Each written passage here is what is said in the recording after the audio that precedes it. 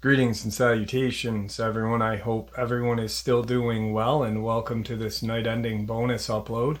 Before we jump into it, a couple quick links. As many of you know, I rely on Patreon, PayPal, channel membership, and the merch to help the channel to continue to grow and go. Links to Patreon, PayPal, and channel membership is in the description below. Merch displayed directly under the video. Also, Dogman Frightening Encounters, Volume 1 through 3, the audiobook versions. They were written and researched by Tom Lyons, narrated and produced by me, Jeff Nadolny. Those audiobooks are available on Audible, Amazon, and iTunes, links to which are also in the description as well. And finally, last but definitely not least, if you'd really like to help support this channel to continue to grow and go, simply subscribe. It does not cost a cent. Click the like button, it takes half a second. If you don't want to miss out on any of the informative uploads that I put out daily, click that bell icon, and folks, please leave a comment and share the video. Why? Well, because all of these things really do help the channel to continue to grow and go. They definitely matter, and they are appreciated. And with that, I have taken far too much of your time. Let's jump into this night-ending bonus upload, shall we? And today's first encounter. This experience has been passed down through relatives that did not openly talk about it much due to the way these Native Americans revere Sasquatch, and felt guilty about killing one. They especially felt guilty because this Sasquatch was believed to be more human than the average Sasquatch. The Salish Indian who recounts this makes this comment about this particular wild man. A senecum is a word for someone born, not of direct human, but of Sasquatch kind. This may seem like a cruel joke, something to call a human with developmental disabilities, but the honest-to-God truth may be harder to swallow. The Sasquatch have interbred with women in the past, and the existence of these offspring have been swept under the rug and kept hidden like the hairy man. During the 60s, it was rumored that one of the town bishops of the local church, likely a Jesuit, had taken in a freak of some sort. This freak was not human, but not animal enough to be rejected by the Jesuit. So the Jesuit was keeping him in the basement and feeding him. The only reason knowledge of this exists is because people would hear things at the church, inhuman things. If you ask me, the Jesuits did not want this thing to be out and about. This sounds somewhat unbelievable, but keep in mind that the reason the men who shot the hairy man went a little insane was because they killed a human. A giant, ridiculously muscular human covered in hair, but a human. To parade about town in the back of a pickup truck, if you know what I mean. The Sasquatch, or Skenecum, of this experience had become particularly bold about raiding the homes when people were away and stealing their food. The account starts when the wild man was having his way, free rein. He was getting bolder. He started to break into houses during the middle of the day. Children would see him and flip out. Police were called. Meetings were held. The town was becoming more and more shaken up by the presence of this unknown intruder. This is when something incredible happened to the particular family who was favored by the hairy man. They had become so lax and accepting of the hairy man's presence that one night, while standing on the porch, the father was yanked off by his feet in full view of the entire family. They screamed and huddled together and cried while whatever it was fought with their father on the porch. The sounds of fighting, screaming, and knowing that their father was powerless against whatever it was. It must have been unspeakably traumatic for the children. They are now grown, and I wonder to this day how much this has affected their lives. The father was gone for days. Whatever it was that had taken him had carried him off into the night after the struggle on the porch. There was blood on the grass, and the family grabbed the neighbors and the men of the community to help recover the father. The men got together and followed the signs and trails left by whatever it was, drops of blood and signs of something large passing through. They followed this trail all the way to the very creek which my uncle had spotted this Sasquatch at. They followed the creek all night. When the men returned the next day, they did not speak a word, the whole group of grown men, and not one of them was willing to speak about what had happened. They had, however, found the father. They recovered him. He was beaten black and blue over his entire body, ribs broken, arms and legs. The father was in shock, incoherent, and could not speak a word. One of my uncles had gone to see the man and his family in the hospital. There was a fair amount of goodwill being shown to the family that went through this experience. Nobody knew what had happened, only that the father was close to death and the family was very shaken up. So my uncle stopped to pay his respects and saw for himself the father lying in the bed of the hospital. His eyes were bulging wide. He was trembling constantly. This man had been beaten badly, but something else was wrong with him. He was traumatized. He died that night, and to this day nobody knows what grabbed him or what happened to him. To this day, the men who went on the recovery mission to save him have kept these secrets to themselves. Only a select circle, including my father, remembers this incident. Almost nobody still talks about them. I've shared them with you for what it's worth. Those men found what it was that took the father. They found the hairy man and they killed it. They shot it to death with high-powered rifles and buried the body. The men who did this feel incredibly guilty. Sasquatch is a matter of fact here, and the older generations told us to avoid them, leave them alone, because they are human beings. They are not animals. They are not magic. They can most certainly become monsters, and this one definitely corroborates that. But the hairy man, the Bigfoot, is so human-like that even here, when a group of men killed one, they were so traumatized by their experiences that they felt guilty of murder. Back in the 70s, there was no desire to be rich and famous for killing a Bigfoot. There was no desire to even talk about Bigfoot. These kinds of things were dirty little secrets, especially on the reservations. Yes, there were plenty of white children bumping into Sasquatch and getting into the newspapers, but the native community, it's tight-lipped about this, even to this day. Alright guys, so today's first video is a group of hunters or just a group outside in the woods at night. I'm really not sure what they're doing, but they obviously had come across something in the woods, and, well, it terrified them so badly that they fled the woods that evening. Check it out.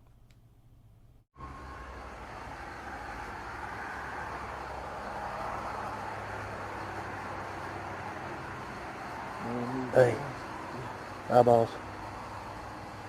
2 eyeballs. Bam, straight over your right shoulder. Okay. I still see, I still see 2 huge eyeballs. I see a head. Alright. I still probably the same distance you see the eyeballs, and it's definitely not the road, because it stepped to the right. Yeah. You seen the same thing? Dusty, keep an eye out back behind us. Grab this big light if you don't care. If something does run out, it might scare it off. Yeah, it's definitely up the lake. Because I keep losing it. Okay, it's blinking. It just blinked. No, honestly, it's still there.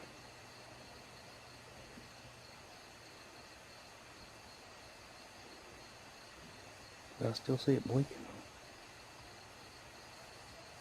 Okay. You see it? I tell you, we need to get out of here. Get out of here. That's what I'm thinking. Alright guys, so normally I don't share how I feel about videos. I just say, you guys decide. But today I am going to share how I do feel, and for me, that one seems 100% legit, and it is absolutely terrifying. On to tonight's second encounter. When I was a teenager back in the early 2000s, I had a great fascination with werewolves. My uncle told me this time when he and his friend were driving around Arlington, Ohio, and a creature had walked in the middle of the road that looked like a huge dog, and the back reached the hood of their car, but was longer and had more mass than any dog they had ever seen. He said that when it leapt to the side of the road and they drove off quickly. Now, I at first called him a liar and said that's BS, but I went down to Florida 2 years ago and stayed with a cousin whose dad is one of my uncle's best friends. One night I was talking to him and I said this: "Did my uncle ever tell you the time that he and some friends were driving around Arlington?" This is where he interrupted me instantly and said a werewolf jumped out in front of the car. Now my uncle had not talked to this person in over 5 years, and I had not mentioned anything about this to him prior to me asking. I was later told by my dad's girlfriend, who grew up in Arlington on a farm, that something happened to her when she was about 10 years old.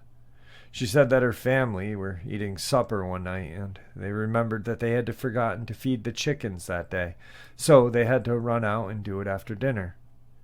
Her dad told her and her younger brother to go outside and feed them. They got out into the shed where the chickens were housed and heard scratching and clawing on the other side.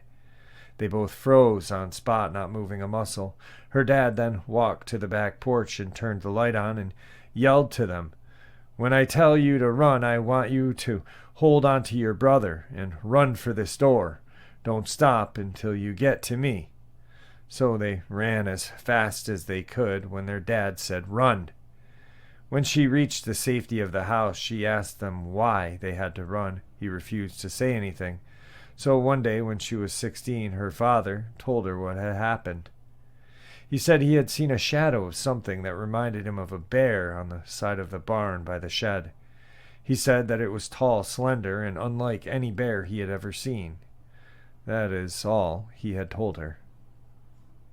Today's second video is someone either snowshoeing or cross-country skiing on a winter's day, and they are obviously using their phone, and they spot something in the distance, and they zoom in, and they see something very frightening.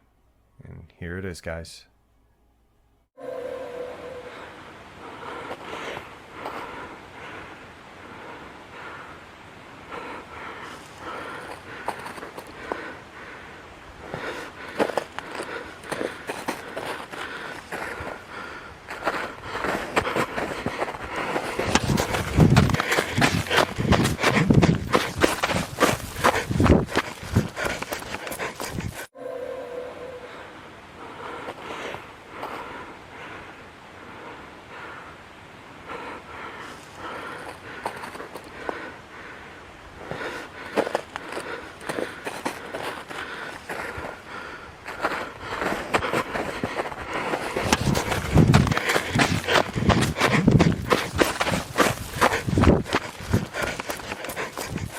Alright guys, to me that video says yes, I am real.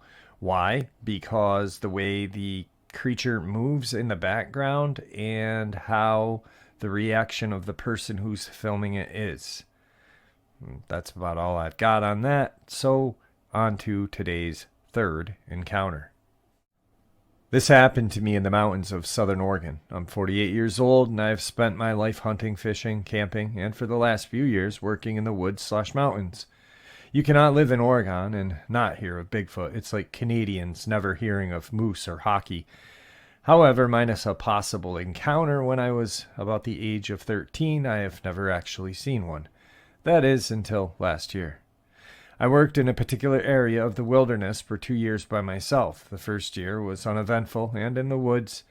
You'd hear normal wildlife sounds. Last year, in February, however, that all changed. I was in one of those spots on the mountain riding a chainsaw. I had just felled a tree. I had made one cut into it, and off to the west I heard 4 thundering blasts like something took a big piece of wood and tried to break a tree in half with it. I mean, it was loud. I immediately stopped and looked in the direction it had come from. It sounded like it may have been off to the distance a bit. Maybe like it echoed from somewhere off the mountain. I went back to work. Approximately 30 minutes later, I had moved 80 yards east on this slope and fell another tree again. I made one cut into it when suddenly there were 4 more loud blasts from directly behind me from the south. Whatever it was had followed me and got up behind me this time. I flipped around looking up the hill briefly and then just picked my saw and left the area for the day and went home. Whatever it was, I felt, did not want me there. About a week later, I was in a different spot on the mountain. I was cutting firewood and had my 3-month-old German Shepherd with me.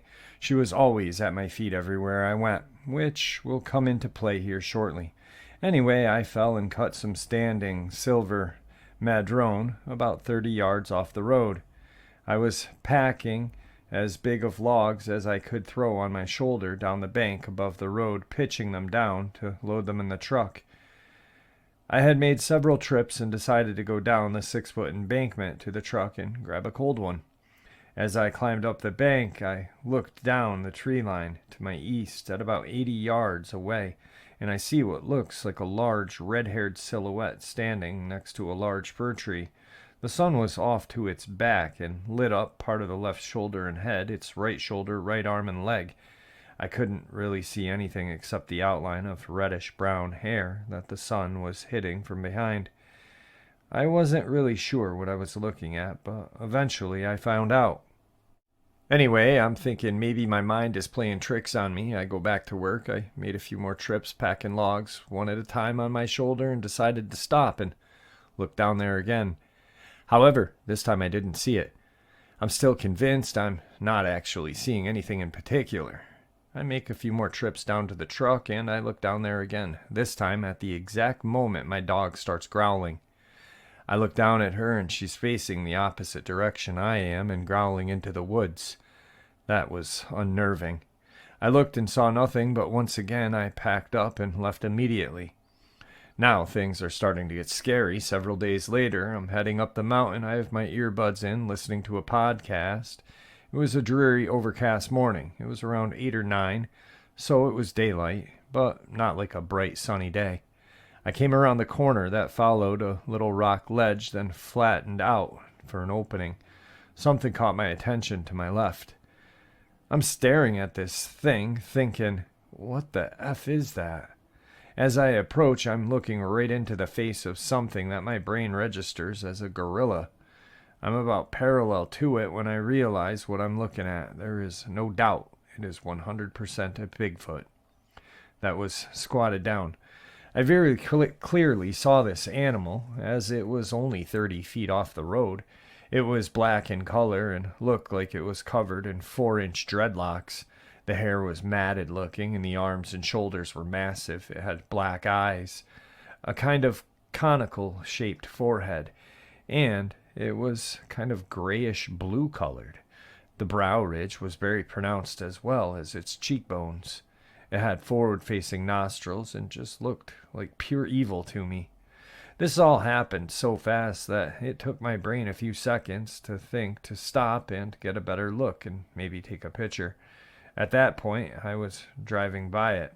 There was a place to turn around, so I just hit the gas and sped up to it. Turned around and headed back while ripping out my earbuds and getting the camera ready. However, it was gone. It couldn't have taken a couple minutes, but it was gone, so I drove back and forth through this area probably 4 or 5 times, searching, looking for anything that may have possibly tricked my mind somehow. However, there was nothing even remotely close to what I had seen. So I ended up telling a couple of people about this. One was my brother, and he asked why I didn't get a picture. I tried to explain that by the time I processed what I was looking at, I was literally passing it by.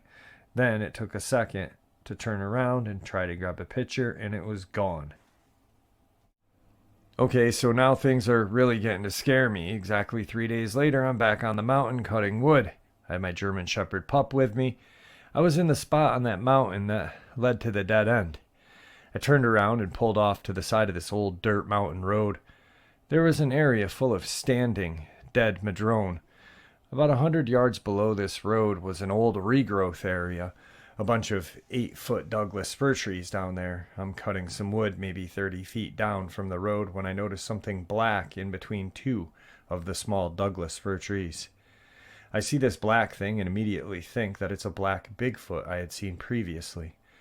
I think about my brothers questioning me why I didn't get a pic, so in that moment of courage, which I soon regretted, I thought I'm going to get a picture. I walked back up to my truck and grabbed my semi-auto 12 gauge, put 3 extra double-aught buck rounds in the breast pocket of my overalls, took out my cell, and get ready to take a pic. I headed back there and was about halfway when I looked down at my feet to check on my dog, and she wasn't there. So I turned around and she's sitting there watching me beside the truck, so I called her name and she didn't move. At the same time, I heard 4 steps from down below where I had been, heading towards to take that pic. These steps were heavy and broke branches on the ground with every step. I swung around that way, and at that moment from up over the truck I heard something I had never heard before. I have a hard time of explaining it. It was a sequence of sounds that almost sounded ape-like, with some suction-like clicking sounds thrown in. At that moment, and my heart sank into my stomach, and it all came together. I was surrounded. No doubt the black thing had just heard 4 steps. It was the same beast. I had just looked right into its face 3 days before. There was no doubt that the red-haired one was above me. Holy F! I froze for a moment, then started sounding like a crazy man. I literally verbalized, "I'm sorry, I'll not try and approach you anymore. I'm going to put my gun down. I just need to pick this up, cut some wood, and then I'll leave." So I back up to the truck and leaned the 12 gauge against it. I loaded up the wood and my stuff and left. I didn't go back to that area for a while, and when I did, it was like the mountain was back to normal. The wildlife and the sounds were there. I have no doubt that my drive to get a picture to show my brother damn near got me killed. If I'm ever in that situation again, there will be 0 chances that I will try and get closer in order to take a picture. No way. Today's third picture kind of goes with this story. Guy is in the middle of the woods and sees this huge black creature kind of walk through. It is unnerving, definitely. Here it is. Check it out.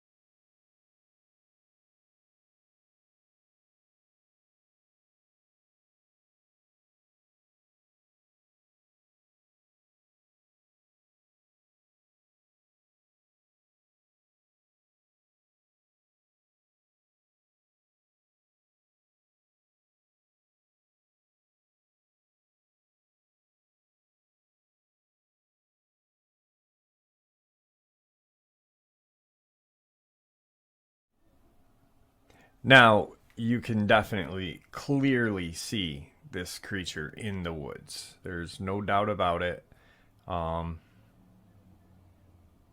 It's kind of, I wish there was more detail, but I'm pretty convinced. The last video and experience go together. This experience and this video are connected 100%. And this, my friends, is the ticket. My kids and I saw some sort of creature at the edge of the field stalking a group of deer today right before sunset, maybe 8 p.m. It was moving its head and ears, and it was not a tree stump. We only captured its attention a few times to where it would turn and look directly at us. You can see it turn its head and look over at us in the video, and then it immediately turn and watch those deer. It was not concerned with us at all. It was completely fixated on the deer. I know it's another typical blurry picture where you can barely make out its features. It was across a large field, and it was the clearest picture our phones could get. But you can clearly see its ears and eye and the shape of its head, long arms in the front, and what looks like a mane around its neck where the hair is thicker and longer. It does not look like a bear to me, and there are not any cougars around this area that I know of. This was out east from Sasago Lake, Minnesota, where a family friend of ours had a pretty terrifying encounter some years back with a creature that walked on two legs, bent backward, and ran across the road right in front of her vehicle. She was so traumatized by the experience, she will not even talk about it. Anyway, it's taught me to keep an open mind about things. We have 2 encounters not far from this area. Actually, maybe I'll come and share those someday. But for now, I'm just looking for some feedback on what you guys think. And here is that video, and it is quite compelling. I'll give her that. And yeah, it is across a large field, and I don't know what kind of phone she has, but you know, if she's got a semi mid $100 phone, it's probably going to catch a picture like this. I don't know, but check it out. Its ear moved. Yeah, what is that? Ooh, it looks like an owl. That's actually kind of creepy. What is that?